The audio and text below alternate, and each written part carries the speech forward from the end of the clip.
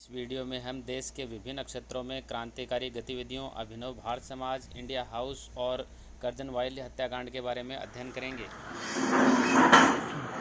क्रांतिकारी आंदोलन या गतिविधि आप जो भी कहें, भारत के अंदर है जो भारतीय राष्ट्रीय आंदोलन है, उसमें क्रांतिकारी गतिविधियों की शुरुआत कैसे होती, क्यों? देखो, कांग्रेस की एक तरफ कांग्रेस की स्थापना होती है, आपको पता है 1885 में 31 दिसंबर 1885 के बारे में विस्तृत रूप से हम देखेंगे कांग्रेस की स्थापना कैसे होती है। लेकिन एक बार इतना ही मान लो कि कांग्रेस की स्थापना होती है और इसमें दो प्रकार के दल हो जाते हैं, एक उदारवादी और दूसरा गर्मपंथी या नरमपंथी, धर्मपंथी, आप कुछ भी कहते हैं। अब ये भी फिर आगे चलकर दो भागों में टूट जाता है, एक तो ये है खुद और दूसरे क्रांतिकारी। इनकी आपस में नहीं बढ़ती है, इनके साथ क्या होता है कि ये जो उदारवादी है, नाम ही इनका उदारवाद है, मतलब ये अपनी बातें मनवाएंगे अनुनय विनय से।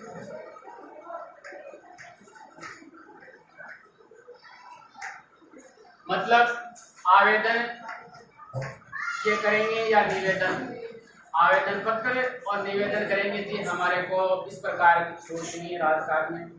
और इन लोगों ने इसे, इनका ये जो अनुनय विनय है, इसको नाम दे दिया राजनीतिक भिक्षावृत्ति,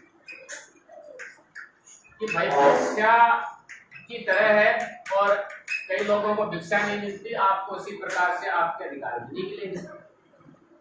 अब यहां इनसे फिर ये जो लोग हैं गर्मपंथी हैं, अनुनय विनय नहीं बल्कि युयुत्सा, यानी इनके साथ में हम इस प्रकार से व्यवहार करेंगे तो हमें अधिकार नहीं मिलेंगे।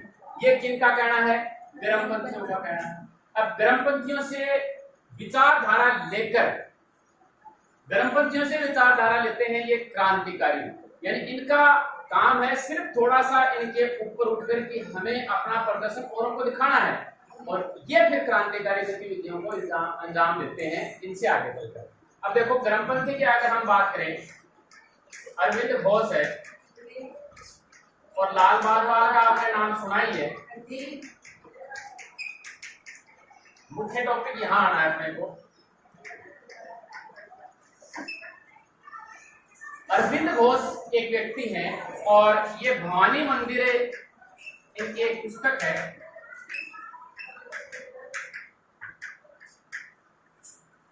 भवानी मंदिर पुस्तक में ये अपने शब्दों को कहते हैं उस पुस्तक में कि हमारी भारत माता एक पृथ्वी का टुकड़ा नहीं है, न ही कोरी मन की कल्पना है, बल्कि ये लाखों लोगों के मन की या चेतना की वो शक्ति है जिससे एक राष्ट्र का निर्माण होता है।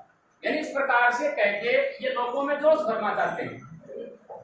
और मुख्य इसमें है बाल गंगाधर तिलक, यही इसके लिए जिम्मेदार है। मुख्य रूप से हम इसको ले जाएंगे यहाँ पर, मुख्य रूप से जिम्मेदार यही व्यक्ति हैं। और ये व्यक्ति स्वराज, स्वदेशी और बहिष्कार,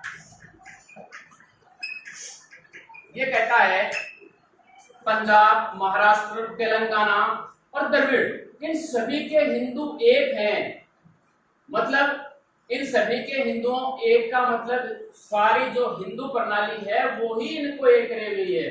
तो हमारी स्वतंत्रता हमें हिंदू धर्म के कारण ही मिल सकती है, ये कहते हैं।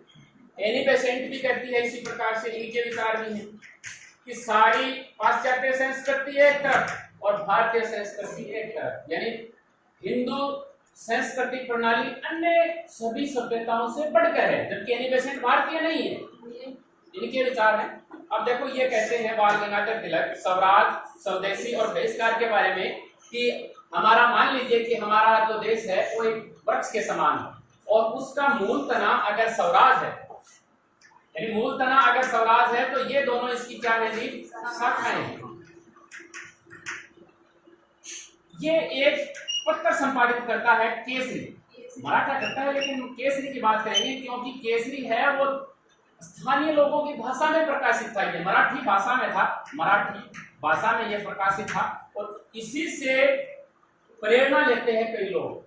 केसरी जो इसका समाचार पत्र है, इससे कई लोगों को हम प्रेरणा देंगे आगे चलकर, ये दामोदर सावरकर वगैरह को, उसके बारे में हम पढ़ेंगे अभी, तो ये इनसे प्रेरणा लेंगे। अब हम क्रांतिकारी गतिविधियों में चलते हैं आगे। 1897 यानी 1857 के बाद में 1897 में जाकर कोई गतिविधि होती है, इससे पहले बीच में कोई गतिविधि नहीं होती। हमने कारण तो देखे नहीं, ये उदारवाद देख लिया, इसके बाद में देखा नहीं कि इन्हें क्रांतिकारी गतिविधियों को अंजाम देने की जरूरत क्यों पड़ी। तो एक तो उदारवाद, एक दूसरा है पाश्चात्यकरण, यानी हर कोई पाश्चात्य संस्कृति में रंगा जा रहा था। पहनने का ढंग, खाने का ढंग, देखने का ढंग, जहां अपने लोग हैं वो कुर्ता और धोती पहनते थे और वो सभी अपने आप को दिखाते हैं कि हम पाश्चात्य लोगों हैं। इस प्रकार का रहन सहन भी इन क्रांतिकारी लोगों को अच्छा नहीं लगता। अंतरराष्ट्रीय अगला कारण है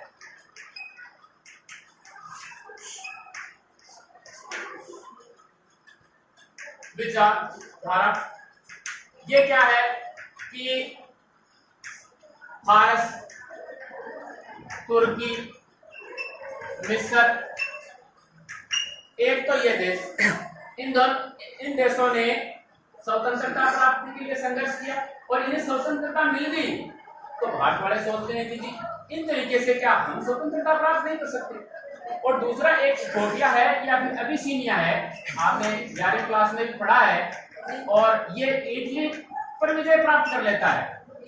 और ऐसा ही है कि जापान है 1896 में, और जापान है वो रूस पर विजय प्राप्त कर लेता है 1905। छोटे छोटे देश हैं, बड़े बड़े देशों पर अगर इस प्रकार से अधिकार कर सकते हैं तो हम क्यों नहीं कर सकते। ये कारण है। अगला कारण है आर्थिक बोझ। ये कैसे है कि 1885 से लेकर 1905 तक, हम 5 तक चलेंगे, ये 97 है लेकिन हम 5 तक की बात करें। मान लीजिए कि 20 सालों में देश के अंदर बड़े बड़े 9 अकाल पड़ते हैं और कुल मिला के 18 अकाल पड़ जाते हैं। लेकिन अंग्रेजी सरकार ने भारतीयों की इस समय सुध नहीं ली, उन्हें इस अकाल के समय कोई सहायता प्रदान नहीं की। ये कारण भी था कि हम अपना अधिकार अब खुद अपने तरीके से लेकर आएंगे। इस प्रकार से अनुनय विनय या प्रार्थना पत्रों से इस प्रकार से हमें कुछ हासिल होने वाला नहीं है, इसलिए भी ये कारण बनता। अब हम चलते हैं पहली घटना की तरफ। ये तो कारण है। अब घटना देखो कहते हैं एक विद्रोही समिति है जिसने 1918 में प्रकाशित किया कि चित्पावन बंधुओं ने पहली बार क्रांतिकारी घटना को अंजाम दिया। इनके बारे में इतना कि भारत में पहली आतंकवादी गतिविधि, क्योंकि जो अंग्रेज हैं वो तो आतंकवादी कहेंगे, अपन तो इनको आतंकवादी नहीं कहेंगे लेकिन अंग्रेज तो कहेंगे। भारत में पहली आतंकवादी गतिविधि को चित्पावन बंधुओं ने अंजाम दिया। इसके बाद में हम देखते हैं आगे होता क्या है। देखो यही जो यहाँ पर अकाल वगैरह पड़ा था, तो इसी समय यानी 1896-97 में प्लेग बीमारी फैल गई। अब प्लेग बीमारी जब फैल जाती है तो पूना के आसपास और पूना में रेंड और आरहस्ट या एमहरस्ट भी लिखा मिलता है कहीं पर, इनको यहाँ पर कमिश्नर, प्लेग कमिश्नर के रूप में नियुक्त किया जाता है पूना के अंदर कि आप हैं वो लोगों की दवाई कीजिए, लोगों के अंदर प्लेग बीमारी फैल गई है तो इनको चिकित्सा सुविधाएं हैं आप उपलब्ध कराइए। लेकिन ये काम तो ये कर नहीं रहे थे, उल्टा यानी जो अपने जो भारतीय महिलाएं हैं या फिर लड़कियां हैं उनको छेड़खानी करने का कार्य करने लगे। अब ये बात अच्छी नहीं लगती। एक गया मंडल है उनको, और इस व्यायाम मंडल की स्थापना की थी किसने? चापेकर बंधुओं ने। और चापेकर बंधु हैं, देखो दोनों का मैं नाम लिखता हूं, दामोदर हरि एंड बालकृष्ण हरि। और आगे क्या लगा दोगे, क्या लगाओगे, चापेकर बंधु है ना, दामोदर हरि बालकृष्ण और दामोदर हरि चापेकर और बालकृष्ण हरि चापेकर। कि भाई हमारे होते हुए अगर कोई हमारी माँ बहनों को अगर छेड़खानी करता है तो हमारा जीना व्यर्थ। ये इस प्रकार की कसम खाते हैं इसके अंदर, और इन दोनों की ये हत्या करें। अब इनकी हत्या होगी तो यह भी पता था कि शासन है वो किनका है, अंग्रेजों का है, तो बचने तो ये थे ही नहीं, तो इसको तो उसी समय मार दिया जाता है। और ये फिर एक द्रविड़ जो लोग हैं साउथ वाले, उनकी मुखबिरी के कारण इसे पकड़ लिया जाता है और फिर इसे भी मार दिया जाता है। ठीक है, ये पहली घटना होती है 1857 के बाद। इससे हम आगे चलते हैं।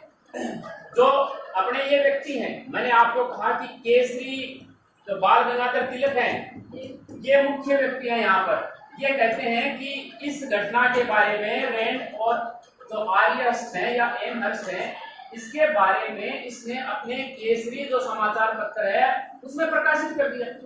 और इसके कारण जो बाल गंगाधर तिलक है, कहाँ है बाल गंगाधर तिलक, इनको 1.5 वर्ष के कारावास की पहली बार सजा इसे यहाँ मिलती है।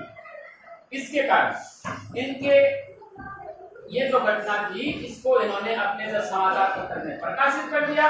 वही इस प्रकार से विरोध हो रहा है तो अंग्रेज सहन नहीं किए उन्होंने और इन्हें कारावास की सजा दे दी। अब हम थोड़ी सी इसके बारे में और देखते हैं, बाल गंगाधर तिलक के बारे में।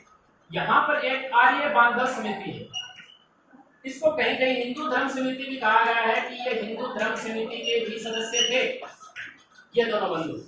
आर्य बांधव समिति है, महाराष्ट्र में चल रहे हैं, ये अलग अलग राज्यों में भी चलेंगे हम। मुख्य रूप से जो ये गतिविधियां हैं आप ये ध्यान रखें, जो क्रांतिकारी है वो देखो कहाँ रहेंगे, महाराष्ट्र,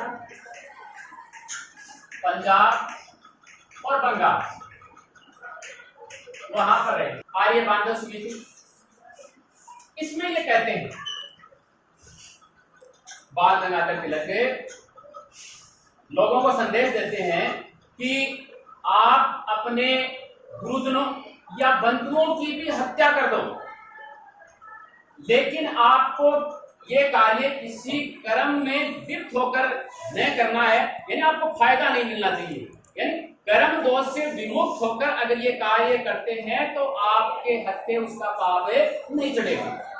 यानी लोगों को उत्साह करने का तरीका है, इस प्रकार से ये उत्साहित करते हैं। ठीक है, अब देखो इसके बाद में ये यहाँ पे घटनाएं हो जाती हैं, ये बाल गंगाधर तिलक कहते हैं उनको। अगली संस्था है इसके अंदर मित्र मेला, 1899, और इसकी स्थापना करते हैं वीडी सावरकर, विनायक दामोदर सावरकर। मित्र मेला, और ये इसकी स्थापना अपने मित्रों को मिलाकर ही करते हैं, जैसा इसका नाम है। छोटे मोटे रूप में मुख्य रूप से इसकी स्थापना 1900 में होती है, लेकिन अपने मित्रों को एकजुट करके ये एक संस्था बनाते हैं मित्र मेला। और यही मित्र मेला आगे चलकर 1904 लिखा है और 1905 लिखा है, जो भी आप माने, ये बन जाता है अभिनव भारत समाज।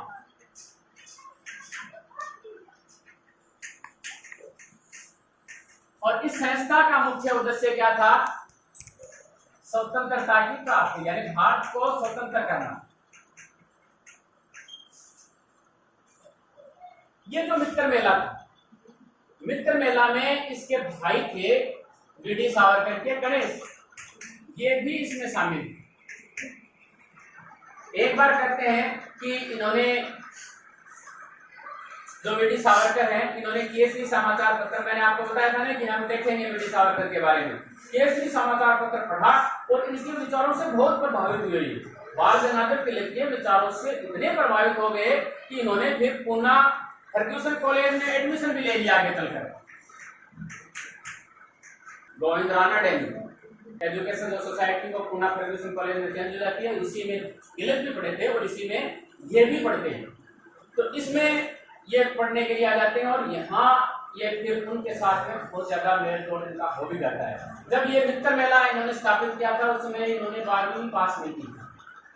यानी अगर हम इनके जन्म की बात करें 28 मई 1883 और कहाँ होता है, भागुर महाराष्ट्र में। भागुर महाराष्ट्र में इनका जन्म होता है। इनका वीर दामोदर सावरकर का। अब इनको सलाह देते हैं कौन, बाल गंगाधर तिलक, कि भाई आप और पढ़िए, अगर आप ज्यादा पढ़ेंगे तो भारत की जो क्रांतिकारी गतिविधियां हैं उसमें आप ज्यादा मदद कर सकते हैं।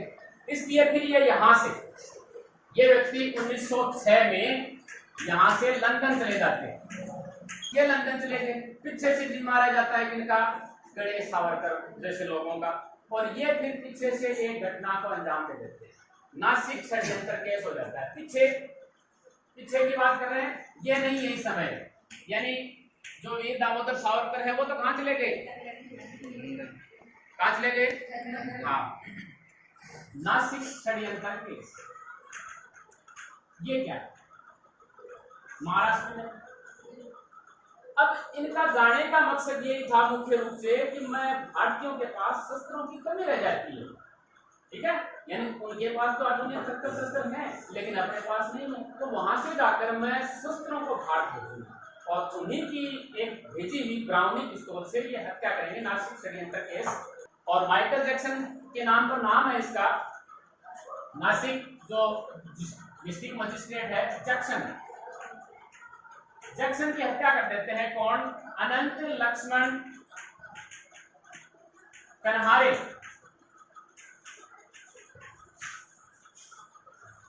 अनंत लक्ष्मण कन्हारे 21 दिसंबर 1909 में इसकी हत्या कर देते हैं और गिरफ्तार करने में 1 साल लग जाता है। 1910 तक इन्हें गिरफ्तार करते हैं और अप्रैल 1911 में इन्हें फांसी दी जाती है। अब फांसी किनको दी जाती है वो देखते हैं। एक तो अनंत लक्ष्मण कन्हारे, ये तो मुख्य आरोपी हैं, इन्हें तो फांसी दी जाएगी। इसके साथ में है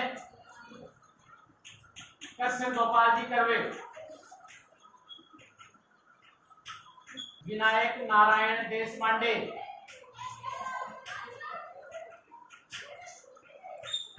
और इस व्यक्ति को भी इस केस के तहत गिरफ्तार भी किया जाता है कि आपने हो न हो, अगर महाराष्ट्र में कोई गतिविधि हो रही है तो वीर दामोदर सावरकर का भी नाम हो सकता है, इसलिए इनको गिरफ्तार किया जाता है इस केस के तहत। लेकिन उचित साक्ष्यों के अभाव में ये साबित नहीं हो पाता कि इनकी वहां पर कोई भागीदारी थी भी या नहीं थी, इसलिए इनको कालांतर में इस केस से बरी कर दिया जाता है। अब हम चलते हैं वापस 1906। होता क्या है कि भारत के अंदर विभिन्न प्रकार की जो ये क्रांतिकारी गतिविधियां हो रही थी, तो अंग्रेजों ने इसके ऊपर लगाम लगानी शुरू कर दी कि जो कोई भी क्रांतिकारी गतिविधियों को अंजाम देगा उसको पकड़ के जेल में डाल देंगे। या फिर न्यूज़पेपर एक्ट वगैरह कि अगर किसी ने इस प्रकार से हमारे विरुद्ध किसी ने छाप दिया तो उनको भी नुकसान नहीं जाएगा, यानी पूरा समाचार पत्र है वही जब्त कर लिया जाएगा। तो भारत में इन्होंने सोचा कि हो सकता है हम बढ़िया तरीके से इन गतिविधियों को अंजाम नहीं दे पाए, इसलिए इन्होंने विदेश जाने का सोचा कि हम विदेश जाएंगे। अब वो विदेश सबसे पहले देखो कहाँ जाते हैं, लंदन जाते हैं। अलग अलग जगह जाएंगे, इंग्लैंड जाएंगे, इंग्लैंड में लंदन जाएंगे, अमेरिका जाएंगे, अमेरिका में पोर्टलैंड और सैन फ्रांसिस्को जाएंगे, जर्मनी जाएंगे, जर्मनी में ये बर्लिन जाएंगे, फ्रांस में ये पेरिस जाएंगे, अफगानिस्तान भी जाएंगे, जापान भी जाएंगे, टोक्यो भी जाएंगे, तो सभी जगह ये जाएंगे। अब इनमें सबसे पहले हम 1906 की बात करते हैं। एक व्यक्ति है श्यामजी कृष्ण वर्मा, श्याम जी भी है और कृष्ण जी भी है, दोनों साथ हैं। ये पहले ही लंदन चले गए थे और इन्होंने एक पार्टी की स्थापना कर ली थी यहाँ पर, Indian home rule society, Indian home rule league, और घुसा देते हैं बीच में लीग सोसाइटी। इसकी स्थापना करते हैं ये 1906 में, और एक हॉस्टल और बनाते हैं वहां पर, इंडिया हाउस। इंडिया हाउस के नाम से एक हॉस्टल बनाते हैं ये, अब ये दामोदर सावरकर है, कहते हैं जो दामोदर सावरकर थे ये पर्शिया जहाज का नाम है, पर्शिया और मौर्य। इस जहाज से ये इंग्लैंड आते हैं, ठीक है, और इस जहाज से इनको वापस भारत भेजा जाता है। तो पर्शिया जहाज पर ये सवार होके जब ये पढ़ने के लिए बाल गंगाधर तिलक ने उससे उत्साहित किया, तो आगे बताया भी कि आपको आगे कहाँ जाना है, और इस व्यक्ति से इसने पहले ही संपर्क स्थापित कर लिया कि हमारे यहाँ से एक वीडी सावरकर आ रहे हैं, आप उनको छात्रवृत्ति प्रदान करना और इंडिया हाउस में रखना है। ये तो एक प्रकार से हॉस्टल है, तो यहाँ ये इनके संपर्क में आ जाते हैं। और इंडिया हाउस जो है ये एक पत्रिका भी निकालता था, इंडियन सोशलिस्ट।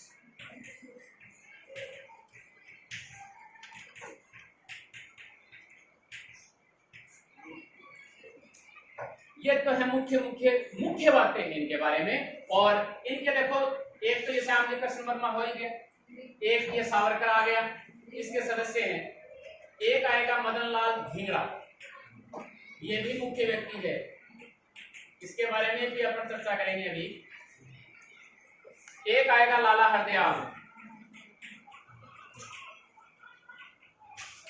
ये मुख्य व्यक्ति हैं जो कि रहते हैं किसके अंदर, इंडियन होम रूल सोसाइटी जो कहाँ है, लंदन में, ठीक है। अब ये यहाँ आ, यहाँ आने के बाद में ये श्याम जी कृष्ण वर्मा कहते हैं कि किसकी प्रेरणा से इन्होंने ये Indian home rule league society की यहाँ स्थापना की। तो एक अंग्रेज के कहने से, और उसका नाम था हिटमैन, ठीक है। ये व्यक्ति हैं इसके अध्यक्ष, यानी इसके अध्यक्ष तो हैं ये श्याम जी कृष्ण वर्मा, और इसके उपाध्यक्ष हैं अब्दुल्ला सुहरावर्दी।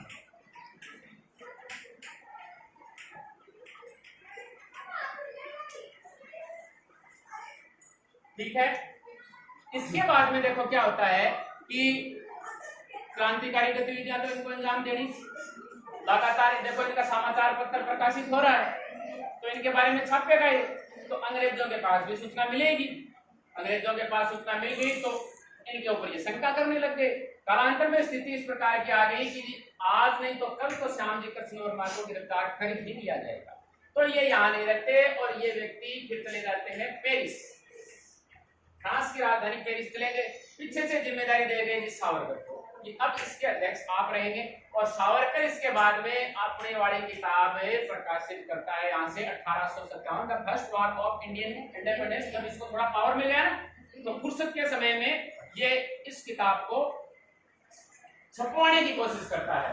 कहते हैं पहले भारत में कोशिश की, लेकिन ये कहते हैं पहली पुस्तक यही है जिनसे अंग्रेजों को बहुत डर लगा कि ये पुस्तक किसी भी तरीके से प्रकाशित नहीं होनी चाहिए। इतने डर गए, जबकि अभी तक देखो चर्चा में आई नहीं, सुना है इन्होंने कि ये पुस्तक प्रकाशित नहीं होनी चाहिए। भारतीयों को बैन कर दिया, नहीं प्रकाशित हुई। लंदन पहुंच गए, लंदन में प्रकाशित करने के लिए हुआ, वहां भी नहीं करने दी। फिर लंदन से देखो कहाँ है भारत, लंदन, और यहाँ से पेरिस गए, लेकिन पेरिस में भी इनका प्रभाव रहा, वहां भी प्रकाशित नहीं होने दी। फिर ये हॉलैंड चले गए डच लोगों के पास, वहां जाकर प्रकाशित हुई, और वो भी टुकड़ों में, वीक पेपर्स और स्पॉट पेपर्स के नाम से। ये तो अपन चर्चा कर चुके हैं पहले ही।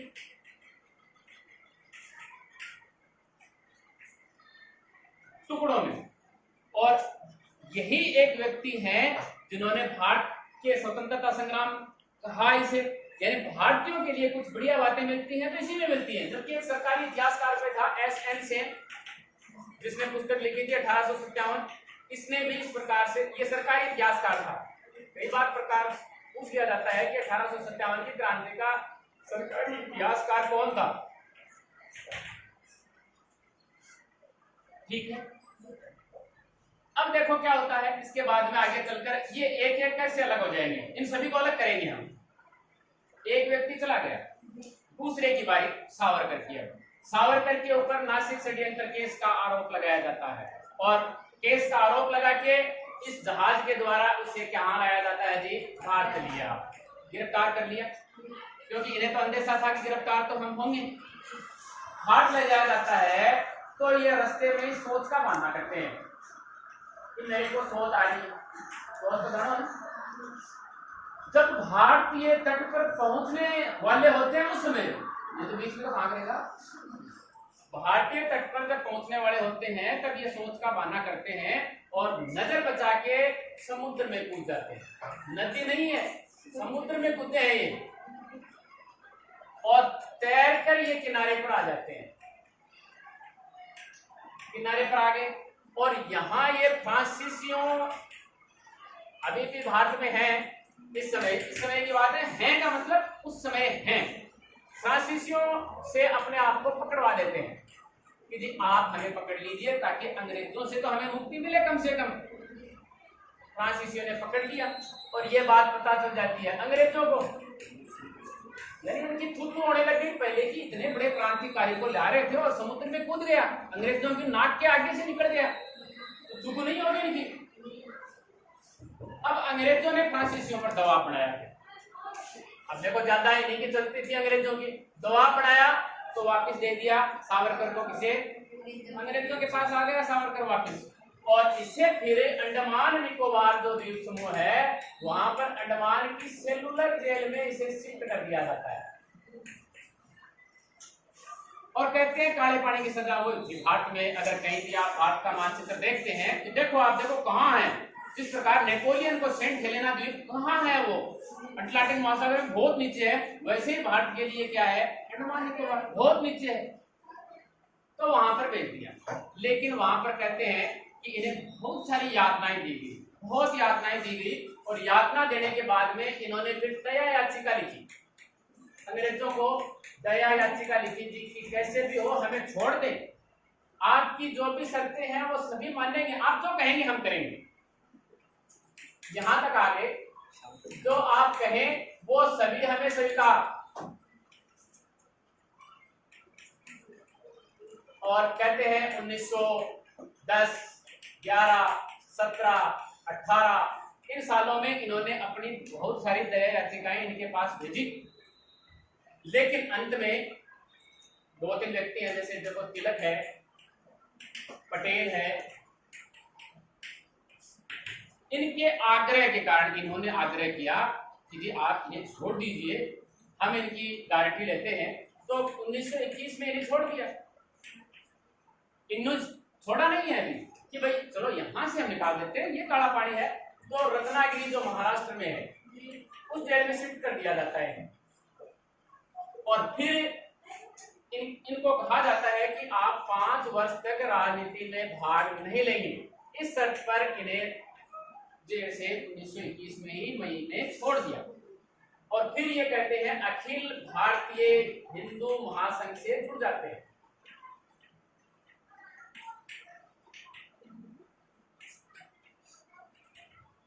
और हिंदुओं के लिए अपना फिर आगे का पूरा जीवन ये समर्पित कर देते हैं यहाँ से। और इस सभा के आगे चलकर ये अध्यक्ष भी रहते हैं। दामोदर सावरकर की बात कर रहे हैं हम। यही व्यक्ति ऐसा था भारत में जिसे 2 बार आजीवन कारावास की सजा मिली थी।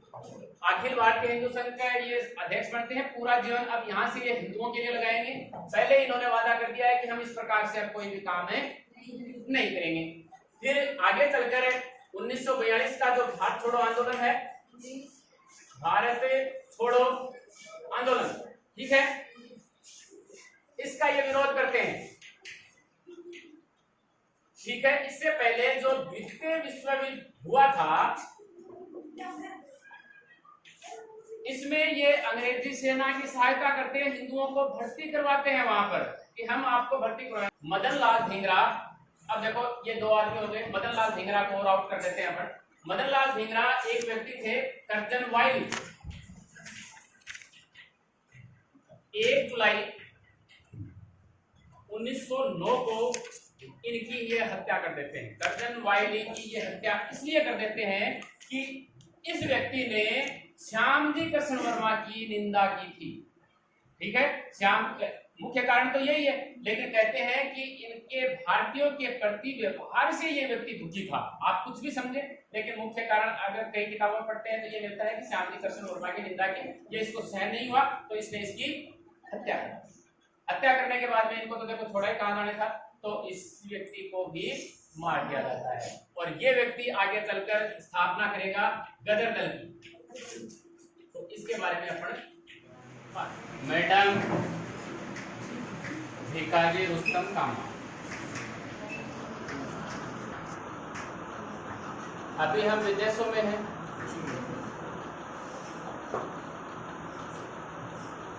श्याम जी कृष्ण वर्मा है, यहाँ से चले गए अलग।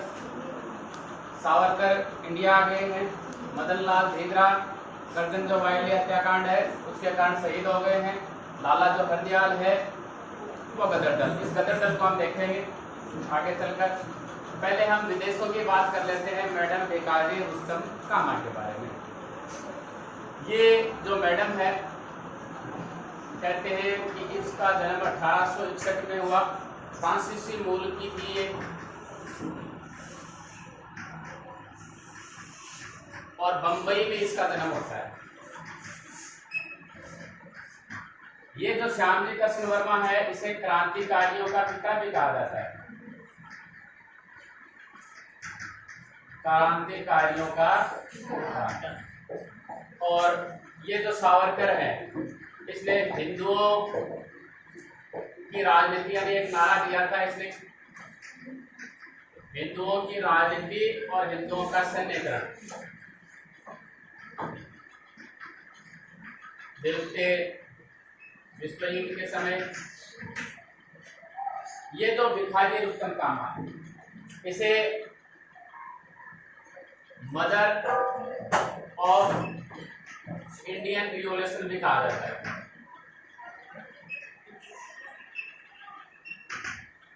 इसे क्रांति की प्रसूता भी कहा जाता है। और भारतीय राष्ट्रीय आंदोलन जो ये चल रहा है इसे महान उदाहरण भी कहा जाता है।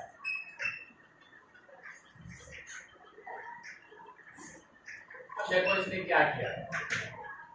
ये जो मैडम है जो पहले इनके साथ जुड़ी हुई थी India home rule league society के साथ में, ये यहाँ से जर्मनी चली जाती है।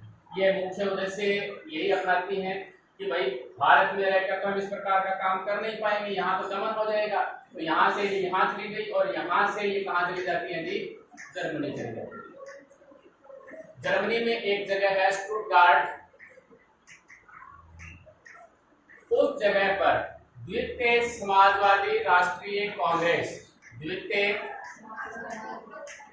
समाजवादी कांग्रेस, राष्ट्रीय कांग्रेस का अधिवेशन होता है और उसमें प्रतिनिधित्व के लिए इसे भारत की तरफ से भेजा जाता है।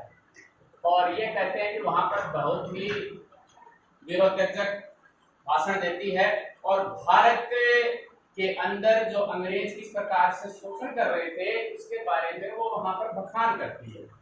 और कहते हैं इस मैडम ने ही पहली बार यहाँ पर भारत का झंडा फहराया था। तिरंगा नहीं कह रहा हूं अभी, है तो ये भी तिरंगा झंडा। देखो हम भारत के झंडे की बात करें तो भारत के झंडे में देखो क्या है कि ऊपर केसरिया रंग है, पता है ना आपको, बीच में है और नीचे है।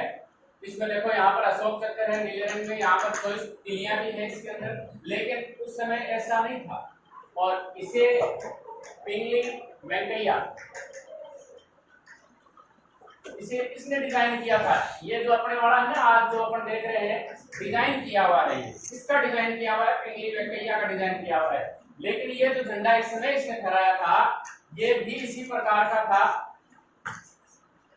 ये भी 3 रंगों का था। यहाँ पर देखो हरा है, केसरिया है और लाल है, 3 रंग है और बीच के अंदर वंदे मातरम लिखा हुआ है। और इसके अंदर कहते हैं कि इस समय 8 कमल के फूल भी थे, मतलब वो 8 प्रांतों को सुशोभित करते थे कि भारत में उस समय प्रांतों की संख्या 8 थी। और 1935 के अधिनियम के बाद में प्रांतों की संख्या बढ़कर 11 हो जाती है। इस समय 8 थे तो 8 प्रांतों को ये प्रदर्शित कर रहा था। और इसको डिजाइन किसने किया था? इसको डिजाइन किया था एक व्यक्ति तो ये है वीडी सावरकर और दूसरे हैं हेमंत दास। इन्होंने इस के झंडे को इसको डिजाइन किया था। तो ये मैडम भिखारी रुस्तम कामा है।